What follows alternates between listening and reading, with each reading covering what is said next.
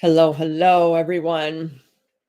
Welcome to Facebook and Instagram Live. My name is Jennifer Waters, and I am here with you from Syracuse, New York, sometimes called Sibyracuse. Today it's not super cold, but I want to talk about PCOS. Yesterday I was at CNY Fertility, my favorite day of the week, and I think every single woman I saw there had a diagnosis of PCOS. Those of you that have met me know that I always ask you, what have you been diagnosed with? Because I'm curious, and I have usually some little gem or tidbit of information that may help you on your journey of restoring your endocrine balance and function. Remember, in the fertility world, it is all about your endocrine system and how to regain balance in these ductless glands. They're called ductless glands because they're secreting hormones, which is a Latin word that means to make happen, directly into the blood. So it's an essential part of your fertility journey. Good afternoon. In regaining your fertility in order to have a successful implantation and maintain a successful pregnancy. So I also always ask, what do you think caused your, whatever your diagnosis is? Not that we want to dwell on causation, but it can help to understand how to correct the imbalance that's going on. Absolutely can. So in the world of PCOS, the way it was explained to me is that there's two kinds, right? There is the androgen or adrenal component, or there is the glucose, possibly insulin resistant component. So most of the women that I meet are on metformin. So that would mean that their reproductive endocrinologist or OBGYN or primary care physician has diagnosed them with that kind of PCOS. So the metformin works to stabilize blood sugar. Okay, so that's great, but we want to do other things to stabilize our blood sugar and possibly support our ovaries to function for half of the month. Remember, they only have to do their job part-time. It's essential that they do their job part-time during your pregnancy, because implantation is just the first part of the journey, as you know, and then maintaining is an essential part of the journey, and the ovaries have to do their job.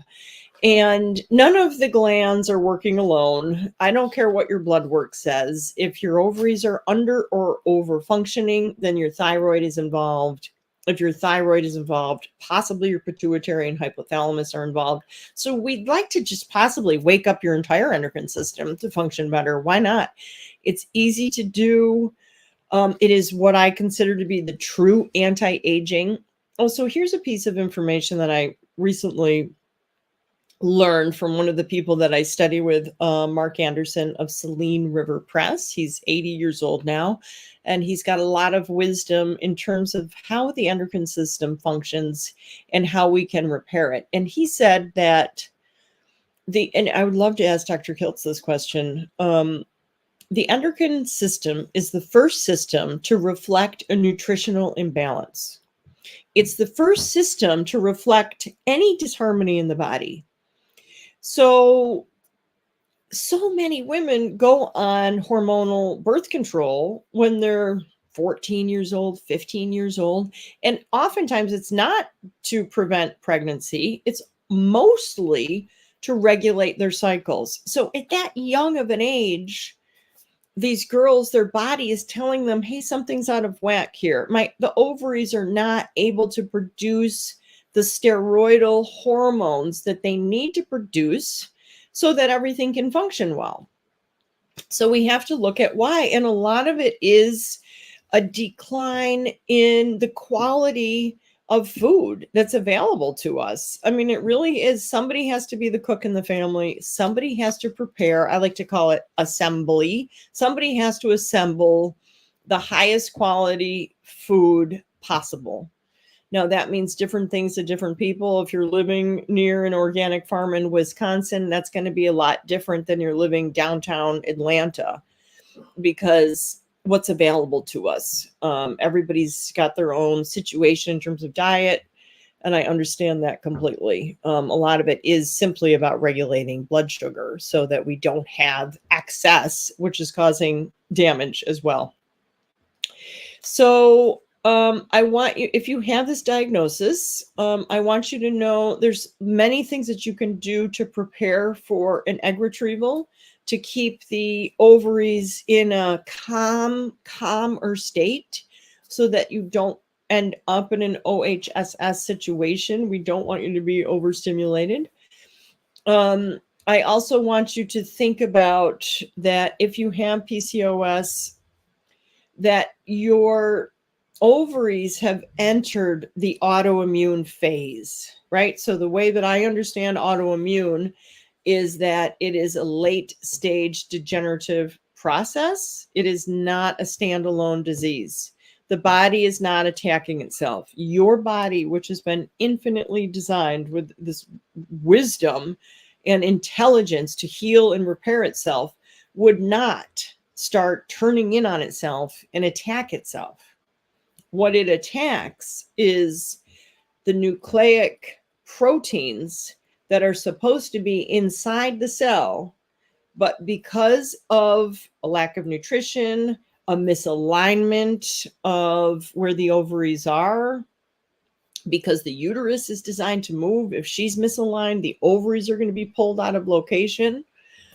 So we're talking about what would cause basically what I think of as leaky cell syndrome. What would cause the cells to allow these nucleic proteins to be leaking out into the bloodstream where they're not supposed to be? That's what the body is attacking. Environmental toxins cause this leaky cell syndrome. Heavy metals, viruses, bacteria, excess candida, negative emotions. Basically, we can become our own pharmacy. I know it sounds a little crazy, but I have seen people do this, so I know it's true. What you're thinking and how you're feeling is affecting your endocrine function, period. So it's important to know that. And this is part of what I think could lead to the adrenaline type of PCOS. If you are constantly stressed starting from a young age, a lot of these things happen in utero. This is not a blame game at all. This is just the facts. A lot of hormonal imbalances can begin in utero, which simply means that it's a little bit more challenging to overcome. It can certainly happen. And education, understanding is the key to that, right? So we need to kind of look at what your particular situation it is and what can we start doing to unburden, remove the inhibition from the ovaries so that they can get the nutrients that they need to repair. So in the autoimmune phase, we can use specific nutrients to remove the inhibition, to get the body to stop attacking the ovarian cells and attack the decoy. Honestly, we can provide the body with a decoy. So that's what's being attacked. And then supply the ovaries the nutrients that it needs, which is primarily selenium. You can Google a list of selenium-rich foods like Brazil nuts. That would be within the keto diet, high fat, low carb. Natural forms of vitamin E, which is wheat germ oil is the best one, highly absorbable. When you use the thicker oils like wheat germ oil, it provides the precursor for the female steroidal sex hormones to be produced. The thinner, lighter oils like flax oil, and don't use any of those seed oils. They're just not good. Flax oil is good, beneficial, but it's light. It's not going to give your body the fat that's necessary to create the hormones that you need. So a lot of what happens is, honestly, I think that, let's say a woman goes on hormonal based birth control at age 14, completely shuts her ovaries down. So they're like, yeah, all right, this is early retirement. Who doesn't like early retirement? So that's fine. So then the other glands get a little bit jealous. I think the thyroid's like, wow, I really have to just keep the whole show going here on my own. Then the hypothalamus is like, yeah, I know. It's not really fair, is it? Nobody said it was going to be fair, but now it's really not fair.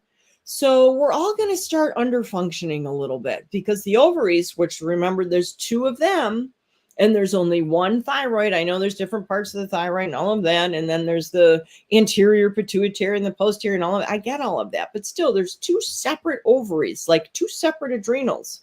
So if they're not going to work, the rest of the glands say, we're not going to work either.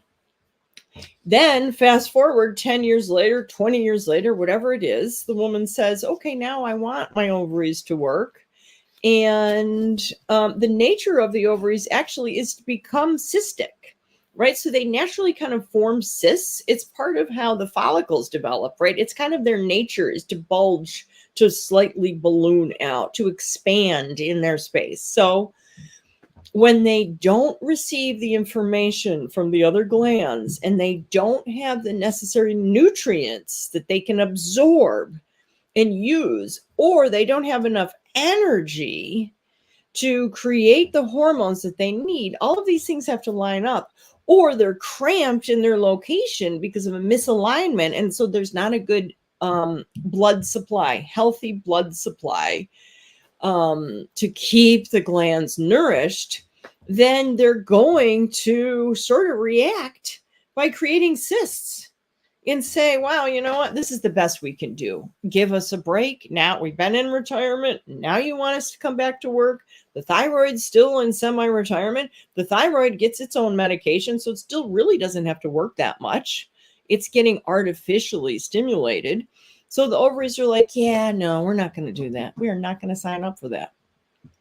So I know this is a very simplistic way of understanding, but I think it's helpful to make it relatable, and you can start relating to your endocrine system. Talk to them. It sounds insane, I know, but I think it really helps because you're sending a direct message. So it's not their fault that they're responding in this way. So take a look at what pattern of disharmony do you have in your body that allowed for this to occur. Think about the autoimmune phase that you're possibly in. I want you to really feel the fact that your body is not attacking you, right? That's not what's happening. Your body, your immune system's trying to protect you. It's saying, hey, whoa, whoa, whoa, there's foreign invaders in the blood. We need to show up and do our job and get rid of these nucleic proteins, acids that are there. They're not supposed to be there. So we don't want the lymphatic system to become so overwhelmed it doesn't know what to do. So the immune system shows up, does its job, and then guess what? It gets punished. It gets punished. It says, oh, no, no, no, we're going to shut you down. We're going to shut the immune system down because it's doing its job. It's in overdrive to try to protect you. So removing the inhibition, supplying the nutrients that it needs, understanding what kind that you have, working on your diet and your nutrition so you're not getting those glucose spikes, so the cells can start repairing themselves. You can get out of this insulin resistance phase. Maybe not everybody can, but some people can, I'm sure. You can manage your diet. You can eat in a way that you are decreasing the glucose spikes. You're kind of flattening the curve, so to speak. And then also giving your cells the energy that it needs so that you can get ready for a retrieval, or you can maintain a healthy pregnancy afterwards. So all of these things have to line up. Tracy, I was diagnosed with fat PCOS. What does that mean? Fat PCOS. I've lost 50 pounds. Wow. Good for you. That's a lot. How did you lose those 50 pounds? I'm wondering. Yeah. So right now in the United States alone, there are 6 million women that have been diagnosed with PCOS. That's a very big number. I'd be really curious, and I could look this up after, if we believe what we're finding on Google and all of that, those searches, to be true. What was that like 10 years ago. And is that because we have better diagnostic tools? Or is it because our endocrine glands are entering the autoimmune phase now so rapidly because of all of these issues that we've talked about? Environmental toxins, not having enough of the high quality fats and oils so that we're producing the sex hormones that we need to keep our glands functioning better. Atkins low carb diet and offended over being overweight. Okay. All right. Now I can't see. But POF. What is that? POI and POF. Sexy Mary. I don't know what that is, darling. Poly ovarian. Let me know what that is. This is how I get all of the current information is from you all, because what I study has been what has been researched since thousands of years with Chinese medicine. And in the companies that I work with, a lot of the research, like on wheat germ oils, from 1934, 1940. So I like to go back into our lineage. What did our ancestors do? Because they didn't all have PCOS. Why? So because of these things, diagnostic tools. Oh, POS, polycystic ovarians. Yeah. Oh, I call that PCOS or failure. Yeah, exactly. Yeah, I mean, what's causing your ovaries to completely shut down? It's this hormonal feedback loop.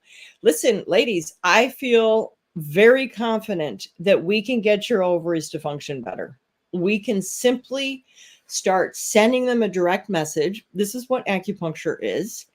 You're going to be getting needles directly over your ovary points. And that is going to send, this is the bioelectrical aspect of our body, which is very important. It's how energy moves. It's how a lot of hormones are transported through the bioelectrical system in the blood. They go together. We are sending this message to your ovaries. Hello in there. It is time to wake up. We are waking you up. Then what you can do every single day is use light therapy. There's what clinic am I at? I'll put my website in there. You can set up a complimentary consultation with me, which is what I do in the afternoons. I talk to folks on the phone to come up with solutions for you. JenniferWaters.net. So we've got acupuncture, we've got light therapy, we've got some targeted nutrition. We've got, let's really do a deep dive into the quality of fats that you're eating. Let's look to remove some things that are causing the obvious endocrine disruptors. I want you to look at everything that you're using in your life, your shampoo, your cleaning supplies, all of that. Let's get rid of the endocrine disruptors. Go back to the basics with all of the things. Now, remember, everything you put on your skin is going directly into your blood. Everybody knows this, whether you're using Bengay or Tiger Balm or stuff that's going to help you, or you're doing transdermal CBD or THC or hormone replacement therapy, right? A lot of us are doing progesterone cream, testosterone cream, DHEA, all of that's going directly into the blood, right? So the same goes for body lotions, deodorants, antiperspirants. All of that is going directly into your blood, and it's either supporting your health or it's taking away from your health. I hate to be so dualistic about it, but it really does come down to that. So we want to remove these things that are contributing to this imbalance for you. I'm losing my hair. Oh, I'm so sorry, dear, that that's happening. It's very common now. I believe it's, so the ovarian tissue is very sensitive. I think all of the glands are very sensitive tissue, except the pituitary and hypothalamus are protected in the brain. It's not that the brain doesn't absorb a lot of toxins that can stay in there, and we really do need to detox the brain, but they're a little protected in there, unlike the thyroid. So I've got this patch on right now. I use phototherapy patches. I like to put one directly over my thyroid. So this is very close to the surface of the skin. So you better believe that anything you put on your skin right here, it's going to affect your thyroid directly. and your ovaries too, because they're so integral to how your hormones, how everything's functioning in the fertility world. It's very sensitive tissue. So I think that that's part of why so many women and men are losing their hair. I think it's the number one complaint in the clinic now, because the thyroid is off. So remember, every gland and every tissue type has its own nutrient that's necessary. When you deliver the nutrient to the gland and you remove the inhibition from it, guess what? It's going to start functioning better. Whether you have hypo or hyperthyroid, you need protein-bound iodine. That is the nutrient of the thyroid. What does protein-bound mean? It means that it's in its whole food form. So you can go to the store and buy iodine drops, and that will function as an antiseptic. That will help remove the inhibition from your thyroid, kind of like cleans up the terrain a little bit. Remember the old days, probably your grandparents or maybe your parents, if you got a scrape or a cut, you could use iodine to clean it. Remember that? It's good to have on hand. You can also do the iodine test. If you put red iodine on your skin, watch how quickly or slowly it absorbs. That redness goes away. So that's functioning as an antiseptic. If you want to heal the thyroid so that it starts producing what it's supposed to produce, and it really is the center of your hormonal balance here. Anytime I look at a graph or a chart, thyroid is right in the middle. And it's not because of where it's located. If that's where it was, we would have the thymus gland would be the center one, right? Or the pancreas, possibly. Anyways, so the thyroid is really the master gland that we need. They say it's the hypothalamus, but really it's most likely it's the thyroid. We supply it with that protein-bound iodine, regardless if you have hyper or hypothyroidism, and bam, your thyroid is going to start functioning better. So you can Google for a list of foods that are high in iodine. You can get the good salt that naturally has iodine in it. I used to think it was like all of the different sea salts out there, but then somebody corrected me the other day and they said, no, it's just this one type, this crystal salt or something. Anyways, Google it and find out the best salt. So don't be scared of salt. We need the sodium, right? We need these minerals in our body to help conduct our bioelectricity so that we can send the energetic signals to the glands to get them all to function better. And then the acupuncture will work a lot better that way, and the light therapy. People will often say to me, I tried light therapy, but I don't think it really worked for me. You know why? It's because you're mineral deficient. If what you're doing in terms of light or acupuncture, you're not getting the results you want, take some more minerals, right? Natural food-based minerals. In particular, magnesium and potassium, really important. So try to make sure it's all coming from whole food sources. So not synthetic, isolated nutrients. We are not designed to absorb synthetically isolated nutrients. So always try to go for the whole food situation there. Okay. So I think I've rambled on long enough. I'm going to put my website here for you all.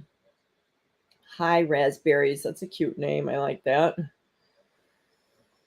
I am sorry for your struggles. I know it's not easy. And that's why we are here for you, to help you find solutions to get the outcomes that you want in the shortest amount of time possible. Anybody that says you need to be with them for 2 years or something like that, it's not true.